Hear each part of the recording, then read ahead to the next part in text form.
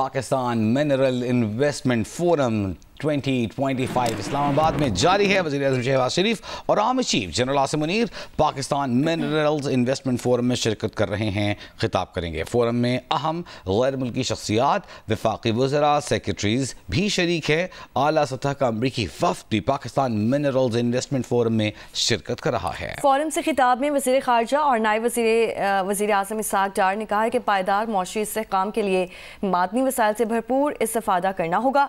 आलमी कंपनी पाकिस्तान में मादनी वसाइल में सरमायाकारी से भरपूर इस्तिफादा कर सकती हैं।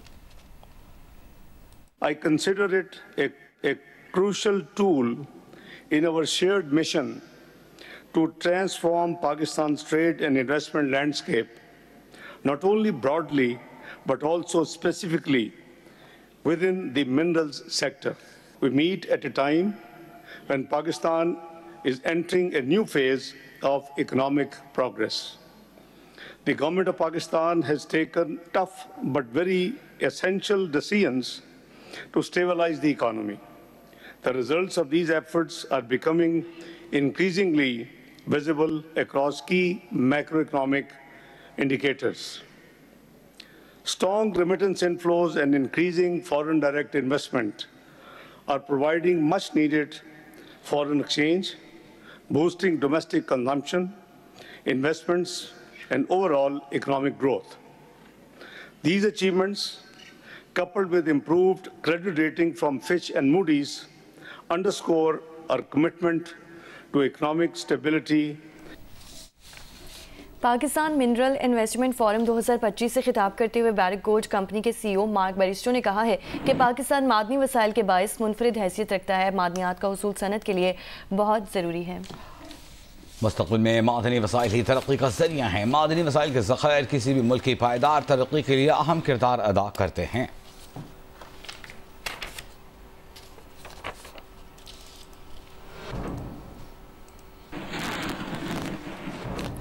अहम तरीन खबर आपको देंगे। सुप्रीम कोर्ट ऑफ पाकिस्तान ने 4 माह में 9 मई से मुतालिक मुकदमात का फैसला करने का हुक्म जारी कर दिया है। अदालत ने करार दिया है कि इंसदादी दहशतगर्दी अदालतें 4 माह में 9 मई से मुतालिक तमाम मुकदमात का फैसला करें और हर 15 दिन पर अमल दरामद रिपोर्ट पेश की जाए मुतालिका चीफ जस्टिस को। चीफ जस्टिस याहिया अफरीदी की सरबराही में 3 रुकनी बेंच ने 9 मई मुल्जिमान की जमानत मनसूखी की पंजाब हुकूमत की अपीलों पर समाअत की। पंजाब हुकूमत के वकील ने मौक़िफ़ इख्तियार किया कि 3 माह में ट्रायल मुकम्मल कर लेंगे, जिस पर चीफ जस्टिस ने रिमार्क्स दिए कि 3 नहीं 4 माह में ट्रायल कोर्ट को कार्रवाई मुकम्मल करने का कहेंगे। वकील खदीजा शाह ने मौक़िफ़ इख्तियार किया कि 4 माह में ट्रायल कैसे मुकम्मल होगा, मेरी मौकला के खिलाफ कई मुकदमात दर्ज हैं। दौरान समाअत चीफ जस्टिस याहिया अफरीदी ने रिमार्क्स दिए कि मर्दान में मिशाल खान कातिल का वाक़या हुआ था। मैं उस वक्त पेशावर हाई कोर्ट का चीफ जस्टिस था। मिशाल खान कातिल केस का 3 माह में ट्रायल मुकम्मल हुआ। इंसदाद दहशतगर्दी अदालत पर एतमाद करें।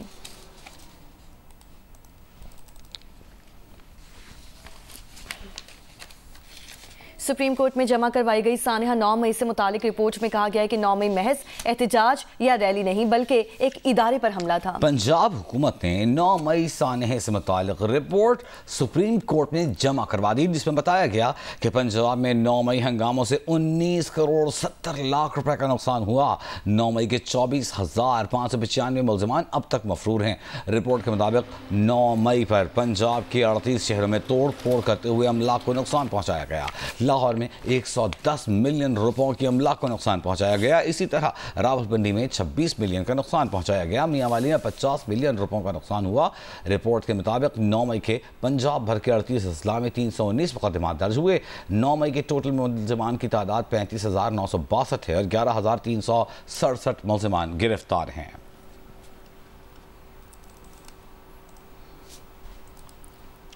ट्रंप टैरिफ, जिसके बाद गुज़िश्ता रोज़ दुनिया भर में खासकर एशियाई स्टॉक मार्केटों में शदीद मंदी देखी गई। पाकिस्तानी स्टॉक एक्सचेंज भी शदीद मुतासिर हुई। आज अलबत्ता जब कारोबार का आगाज़ हुआ तो सांस आया सुकून का। पाकिस्तान स्टॉक एक्सचेंज में कारोबार का आगाज़ मुस्बत हुआ और अब तक मार्केट मुस्बत जोन में है। कारोबार के दौरान 100 इंडेक्स 1782 पॉइंट्स इजाफे के साथ 1,16,692 पर देखा गया।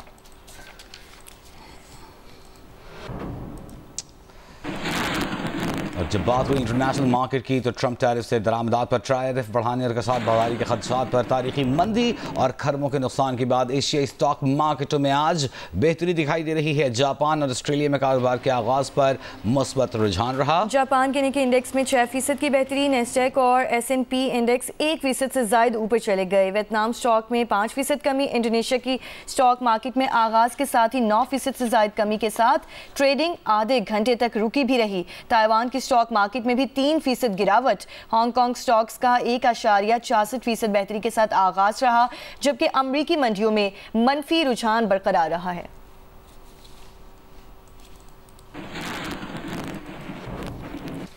अमरीकी तिजारती पॉलिसी से पैदा होने वाली गिरावट के बाद आलमी मंडी में तेल की कीमतें 1% से ज़ायद बढ़ गई हैं। ब्रेंट खाम तेल 1.1% इजाफे से $64.93 फी बैरल और वेस्ट टेक्सास इंटरमीडिएट करोड़ 1.2% इजाफे से $61.45 पर पहुंच गया है। गुज़िश्ता दिनों अमरीकी सदर ट्रंप की दरामदात पर महसूलात के ऐलान आयद करने के बाद ब्रेंट और WTI में बिलतरतीब 14% की कमी हुई थी और 14 और 15% की कमी ब्रेंट और क्रूड में वाक़ हुई थी।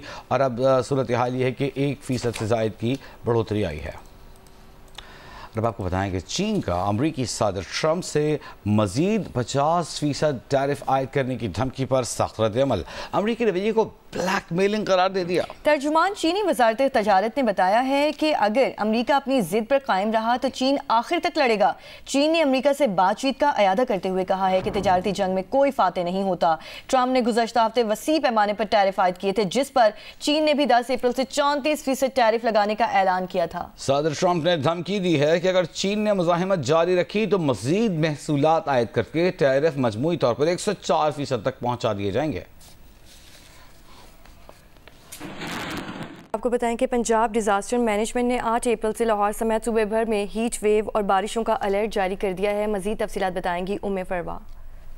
पंजाब डिजास्टर मैनेजमेंट की जानिब से पंजाब के अंदर एक हीट वेव और उसके साथ बारिशों का अलर्ट जारी किया गया है। पंजाब डिजास्टर मैनेजमेंट के मुताबिक 8 अप्रैल से लेके 11 अप्रैल तक न सिर्फ हीट वेव बल्कि बारिशों का इम्कान जाहिर किया जा रहा है। जो हीट वेव है उसमें खास तौर पर मैदानी इलाकों के साथ साथ जनूबी पंजाब के इलाके जो है उनमें 4 से 7 डिग्री सेंटीग्रेड जो दर्जा हरारत है उसमें इजाफे का इम्कान जाहिर किया जा रहा है। इसके साथ साथ गर्द-आलूद हवाएं और बारिशों का भी इम्कान जाहिर किया गया है और तमाम महकमे जिसमें एजुकेशन है, इसके अलावा आबपाशी का है, लाइव स्टॉक का है और मवासलात के जो डिपार्टमेंट हैं उनको भी अलर्ट जारी किया गया है। चूंकि दर्जा हरारत में रवा माह 4 से 7 डिग्री सेंटीग्रेड बढ़ने का इम्कान है, इसलिए शहरी गर्मियों में खासतौर पे घरों से बाहर निकलते वक्त एहतियात करें, सर को ढांप के रखें, पानी का ज्यादा से ज्यादा इस्तेमाल करें। लाहौर में आज अगर दर्जा हरारत के हवाले से देखा जाए तो लाहौर में ज्यादा से ज्यादा दर्जा हरारत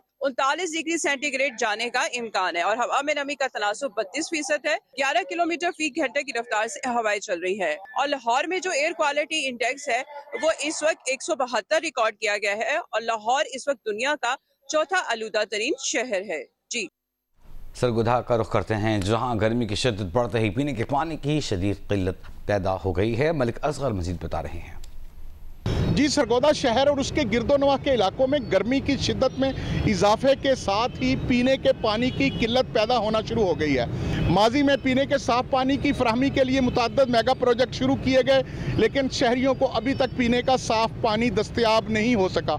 यही वजह है कि नहर लोयर जेलम के किनारे लगे हैंडपम्प से, जबकि जो वाटर टैंक माफिया है, जो कैन है, उनके ज़रिए शहरी महंगे दामों पीने का साफ पानी खरीदने पर मजबूर है। कैन का पानी जो है वो 70 से 80 रुपये फ़ी कैन के हिसाब से यहाँ महंगे दामों फ़रोख्त किया जा रहे हैं, जिसकी वजह से न सिर्फ अंदरूने शहर बल्कि गिरदोनवाह की यहाँ जितनी आबादियाँ हैं वहाँ के मकीनों को शदीद मुश्किलात का सामना करना पड़ रहा है। ज़रूरत इस अमर की है कि पीने के साफ पानी की फराहमी के लिए अमली इक़दाम किए जाएँ ताकि शहरियों को पीने के बुनियादी सहूलत जो है वो दस्तयाब हो सके। जी, और अभी आपको बताएं कि कराची में मैट्रिक बोर्ड के तहत 9वीं और 10वीं जमात के इम्तहानात का आगाज़ हो चुका है। आज 10वीं जमात की कंप्यूटर साइंस का पर्चा हो रहा है। इस हवाले से मज़ीद क्या इंतज़ामात हैं, जानेंगे राना जावेद से। जी बिल्कुल, आज से कराची में मैट्रिक के इम्तहानात का आगाज़ हो चुका है। तकरीबन 3,75,000 तलबा और तालबात इस बार मैट्रिक के इम्तहानात दे रहे हैं, जिनके लिए तकरीबन 500 के करीब जो है इम्तहानी मराकज़ कायम किए गए हैं। इम्तहानी मराकज़ की क्या सूरत हाल है, तलबा और तालबात के लिए क्या इंतजाम किए गए हैं, इस हवाले से मैट्रिक बोर्ड के नाज़िम इम्तहानात जनाब ज़हीरुद्दीन भुट्टो साहब हमारे साथ मौजूद, उनसे पूछते हैं। सर, कितने इम्तहानी मराकज़ कायम किए गए हैं और क्या निज़ाम बनाया गया और नकल रोकने के लिए क्या इक़दाम किए गए हैं? हाँ जी, 499 एग्जामिनेशन सेंटर्स हमने बनाए हुए हैं और हमारी पहली कोशिश ये है कि क्वेश्चन पेपर जो है वो टाइमली सेंटर्स पे पहुंचाया जाए। और केईसी को ख़त लिखा है हमने कि इसके पेपर के दौरान कोई भी ब्रेक डाउन ना हो। और ख़ास करके हमने विजिलेंस टीमें बनाई हुई हैं, डायरेक्टर्स की, डीओज़ की, डायरेक्टर प्राइवेट स्कूल्स की, और हर डिस्ट्रिक्ट के डीओज़ की भी 2-2, 3-3 टीमें शामिल हैं। और बोर्ड ऑफिस के 19 जो हब इंचार्ज हैं वो भी हमारे सेंटर्स की विजिलेंस करेंगे। दफ़ा 144 के निफाज के लिए आप लोगों ने लेटर लिखे थे मुताल्लिका इदारों को, तो क्या दफ़ा 144 नाफिज हो सके या नहीं हो सकी? सर, नोटिफिकेशन हमारे सामने ऐसा कुछ आया नहीं है, लेकिन हमने ख़त ज़रूर लिखा है। मोबाइल फ़ोन पर जो पर्चा आउट होता है उसके हवाले से क्या इक़दाम किए गए? सवाए सेंट्रल सुपरिटेंडेंट के किसी को अलो नहीं है मोबाइल फ़ोन। और व्हाट्सएप ग्रुपों के लिए भी हमने FIA को ख़त लिखा है, वो भी व्हाट्सएप ग्रुपों की जो है वो निगरानी करेंगी, और जो भी उसमें जो उसका मेंबर हो या एडमिन हो उसके खिलाफ इंशाल्लाह कानूनी कार्रवाई की जाएगी। सिंध और खैबर पख्तूनख्वा में 9वीं और 10वीं जमात के इम्तहानात जारी हैं। अक्सर शहरों के इम्तहानी मराकज़ में सहूलियात कम होने से तलबा को मुश्किलात का सामना है, तो कहीं नकल माफिया सरगर्म है।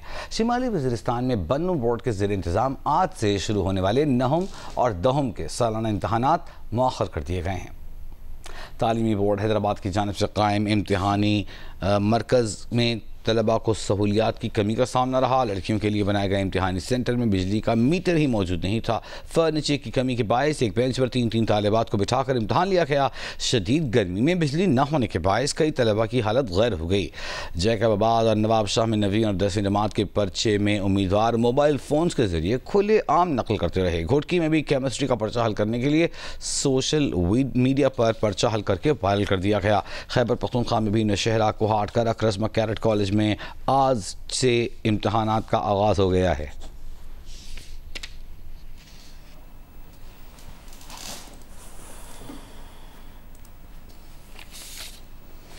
अभी आपको बताएं कि पाकिस्तानी स्कॉट विमेन क्रिकेट टीम की ऑलराउंडर नैमा शेख का कहना है कि मैं अपने साथी खिलाड़ियों को लाहौर दिखाना चाहती हूं। लाहौर एक खूबसूरत शहर है। ICC women's cricket world cup qualifier के लिए पाकिस्तान क्रिकेट बोर्ड ने बड़े शानदार इंतजाम किए हैं। मेरे डैड ने एक टेबल लीग खेली और जब उधर मैं और मेरी मम, डैड और ब्रदर गए खेलने तो उधर मेरी मम बहुत ज़्यादा छक्के चौके मारी थी, तो उनको देख के कि औरतें भी खेल सकती हैं क्रिकेट, मैंने शुरू की, क्लब ज्वाइन किया और उधर से मेरी क्रिकेट जर्नी शुरू हुई। मामा ने डोमेस्टिक क्रिकेट खेली है पाकिस्तान में, जब वो कराची की तरफ, जब कराची में वो रहती थी तो उधर ऑब्वियसली उनको काफ़ी एक्सपीरियंस था। फिर जब मैंने शुरू की तो उन्हें कोचिंग शुरू की और ईस्ट किलब्राइट क्रिकेट टीम की तरफ से मैं खेलती हूँ। और तब कोई वुमेन सेक्शन नहीं था तो मामा इनिशिएटेड द वुमेन सेक्शन। बहुत अच्छी फीलिंग है क्योंकि काफ़ी फैमिली इधर लाहौर से है। मुझे अमेजिंग लग रहा है क्योंकि ऑब्वियसली इधर खेलना एक ड्रीम होता है इन योर होम टाउन, तो बहुत मज़ा आ रहा है। मैं लेग स्पिनर हूँ, राइट हैंड लेग स्पिनर और लेफ्ट हैंडेड बैटर हूँ। और मुनीवा इकबाल जो है वो पाकिस्तान की प्लेयर हैं, बहुत अच्छी खिलाड़ी हैं वो, तो इंशाल्लाह उनके अगेंस्ट जब भी मौका मिलेगा कोशिश करूँगी अच्छी बॉलिंग करूँ। वो मेरी इंस्पिरेशन है। और ऑफ कोर्स सना मीर, हमारी सारी पाकिस्तानी टीम में बहुत अच्छे प्लेयर्स हैं वुमेन एंड मेल में, लेकिन ऑब्वियसली मेरे फेवरेट बाबर आजम है।